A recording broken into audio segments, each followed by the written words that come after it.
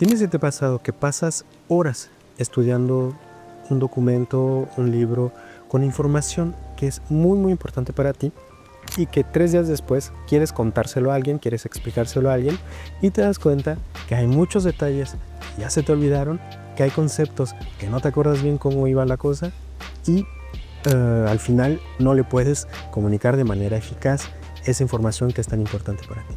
Esto nos pasa porque por lo general cuando aprendemos de manera muy pasiva. Y esto hace que nuestro cerebro se cree esto que llamo la ilusión del saber. Tenemos una sensación de que entendemos y comprendemos muy bien esa información que estamos consumiendo, pero que cuando tratamos de aplicarla nos damos cuenta de todos esos huecos en el aprendizaje que estamos haciendo. Si no me conoces y eres nuevo en el canal, te doy la bienvenida. Yo soy Tulio, soy doctor en física y trabajo como ingeniero en Francia. Y justamente mi profesión ha hecho que me interesara muchísimo a estas nociones del aprendizaje porque mi trabajo hace que necesito estar aprendiendo constantemente y cada vez mejor y cada vez más rápido. Me apasionan estos temas ligados al aprendizaje, a la toma de notas, a las herramientas de productividad. Así que si a ti también te gustan estos temas, por favor, únete suscribiéndote al canal. Pero bueno, lo que quería decir con esto es que he pasado mucho tiempo buscando maneras para poder evitar y vencer este problema de la ilusión del saber. Y mi conclusión es que todos necesitamos aprender a aprender. Necesitamos desarrollar nuestros métodos de aprendizaje. Y en este video lo que te quiero compartir es justamente una de las maneras que he encontrado para aprender mejor. Y esto es lo que llamo el aprendizaje activo. Pues vamos a empezar hablando del aprendizaje activo. Esto, en mi opinión, es lo más importante si queremos que toda esa información que estamos acumulando se quede a más largo plazo y sobre todo la podamos aplicar en situaciones en donde la necesitemos. Mira, si tuviera que resumirlo al máximo, te podría decir que entre más esfuerzo, entre más activamente estemos aprendiendo esas informaciones, lógicamente más lo vamos a retener. Así que hay diferentes maneras en las que nosotros podemos estar estudiando, podemos aprender, que van a ir de lo más pasivo hasta lo más activo. Y esto es lo que vamos a ir viendo a lo largo de este video. Vamos a ver cuáles son esas maneras de aprender que nos van a ayudar a retener a más largo plazo. Para eso vamos a irlo viendo con algunos esquemas que hice en donde vamos a ver una flecha. En la base de la flecha son las actividades más pasivas y en la punta de la flecha vamos a ver las actividades más activas. Esas que van a necesitar más energía, pero que nos van a ayudar a retener muchísimo mejor esa información. Y mira, en la base de esta flecha, el punto más bajo en el aprendizaje es justamente cuando no estamos buscando aprender.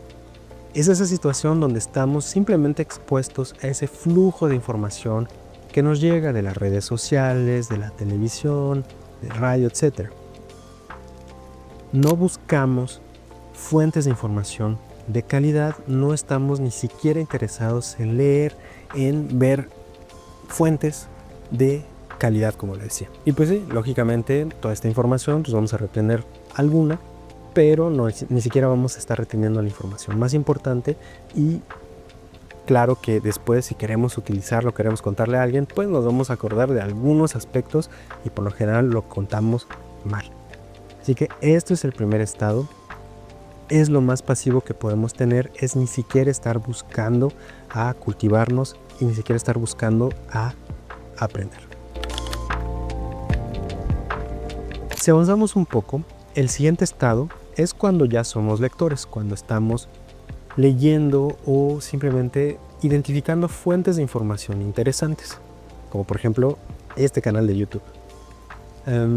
Pero bueno, broma aparte, estamos buscando videos, artículos, libros, documentales que realmente nos van a ser interesantes, que nos van a aportar información de valor. Lo más difícil, en mi opinión, en este punto es realmente generar una buena rutina de lectura o de estudio que nos permita justamente aprovechar de todas esas fuentes de información que vamos encontrando y que vamos a ir estudiando. Otra cosa que es interesante de este punto es que aquí es donde estamos más expuestos a esta ilusión del saber. Porque por lo general, sobre todo cuando estamos empezando con esto de la lectura, nos limitamos a simplemente leer o simplemente consumir esa información.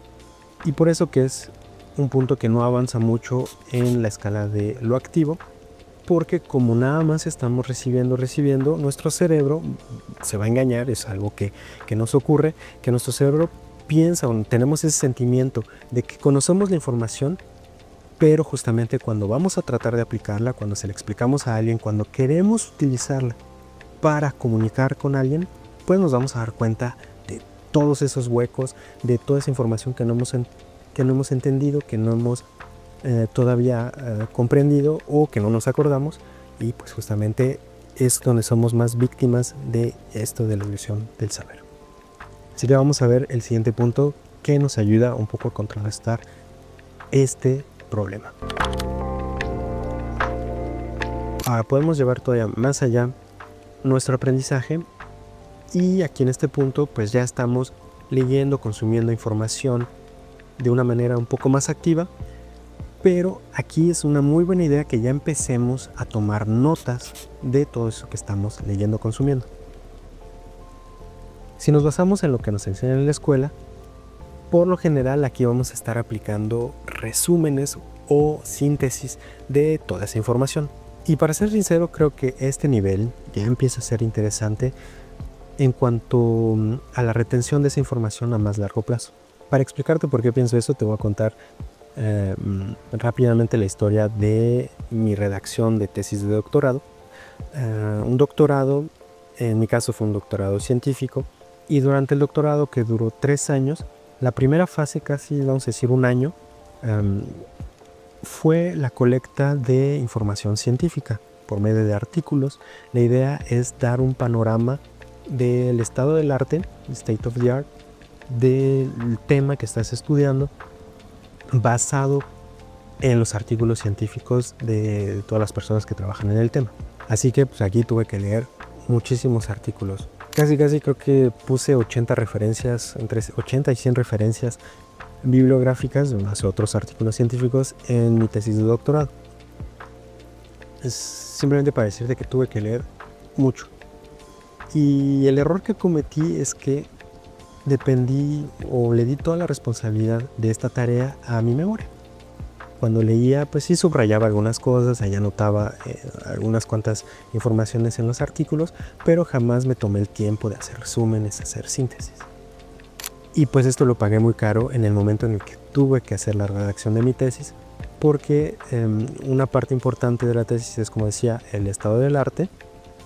Y después, algo también muy interesante es que cuando exponemos nuestros resultados experimentales en el documento, en el doctorado, pues por lo general lo vamos a poner en relación con los resultados de otras personas. Y aquí donde vamos a poner, alimentar el análisis, vamos a poder sacar hipótesis, conclusiones, y aquí es donde se vuelve muy interesante este tipo de trabajos.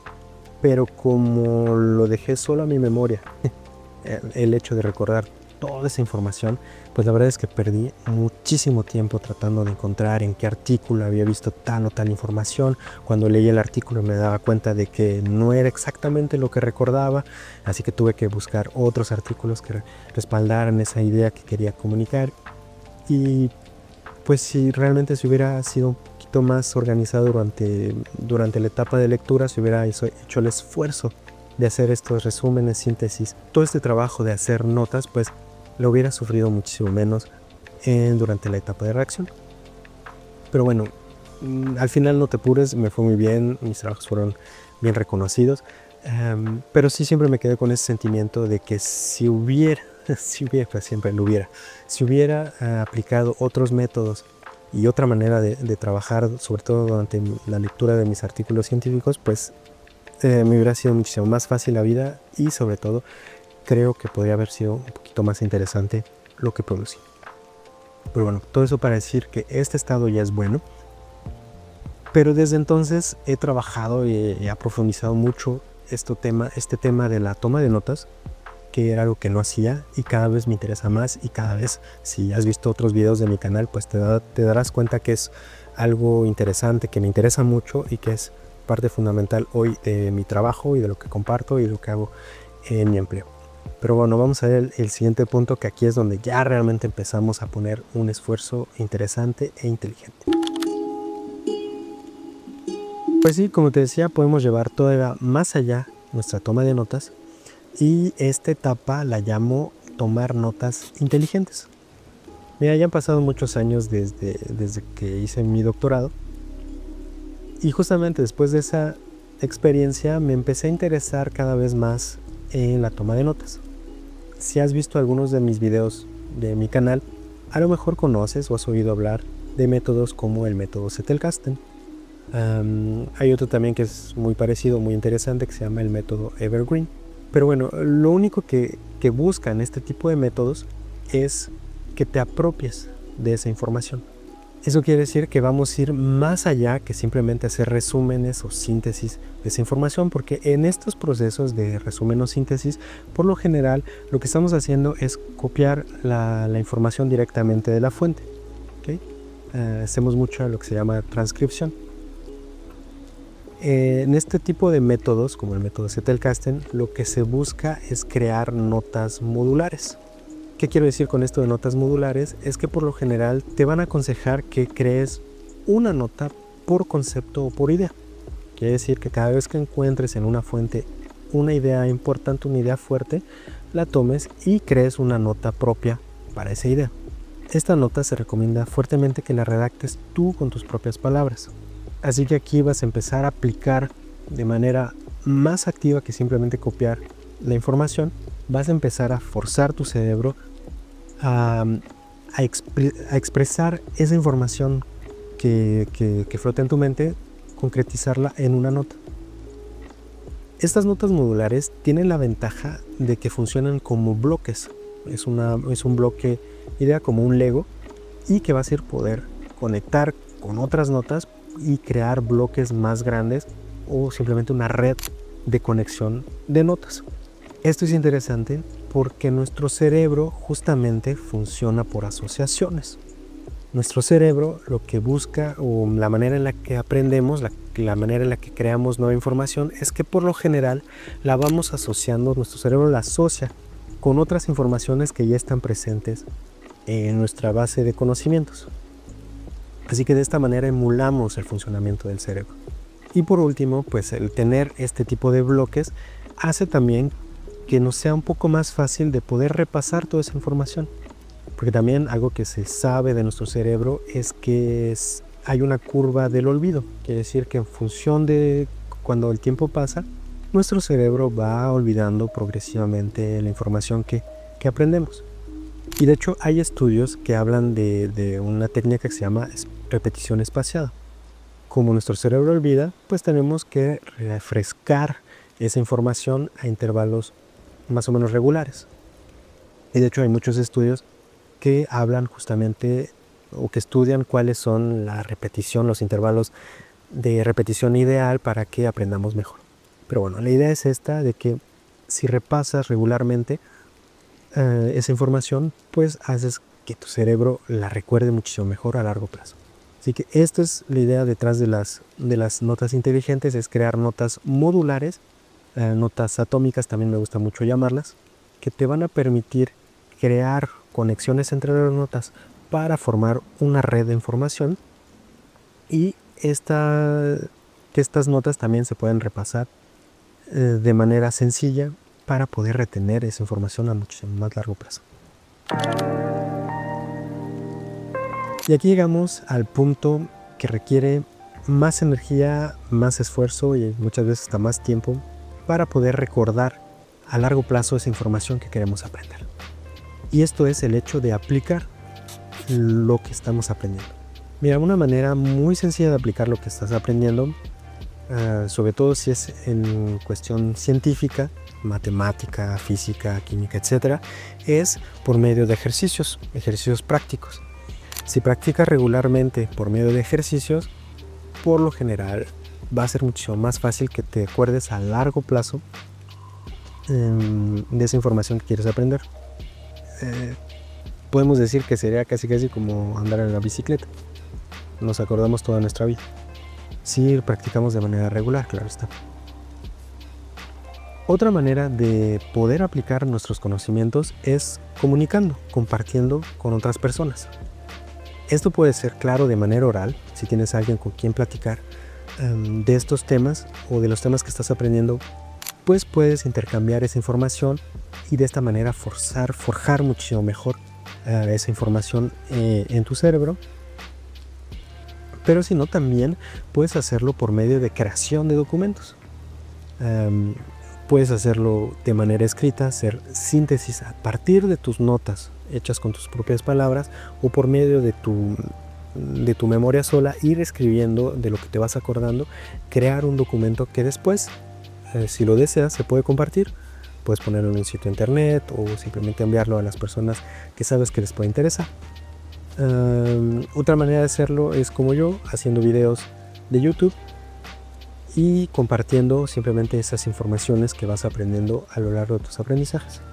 Como te decía, toma tiempo, toma mucho esfuerzo, pero en mi opinión es la mejor manera si quieres que esa información se quede a más largo plazo. Pero bueno, amigos, llegamos al final de este video. Espero que te haya interesado, espero sinceramente que haya información que te pueda servir, que te pueda ayudar. Y si lo es, lo único que te pido es que le des un like a este video, porque de esta manera apoyas al canal y el video puede llegar con más probabilidades a más gente que le pueda servir. Ahí está el botoncito suscríbete si no estás suscrito. Te dejo aquí con otro video que a lo mejor te puede interesar. Y no me queda más que desearte que tengas un excelente día y espero que nos veamos en otro video. A plus.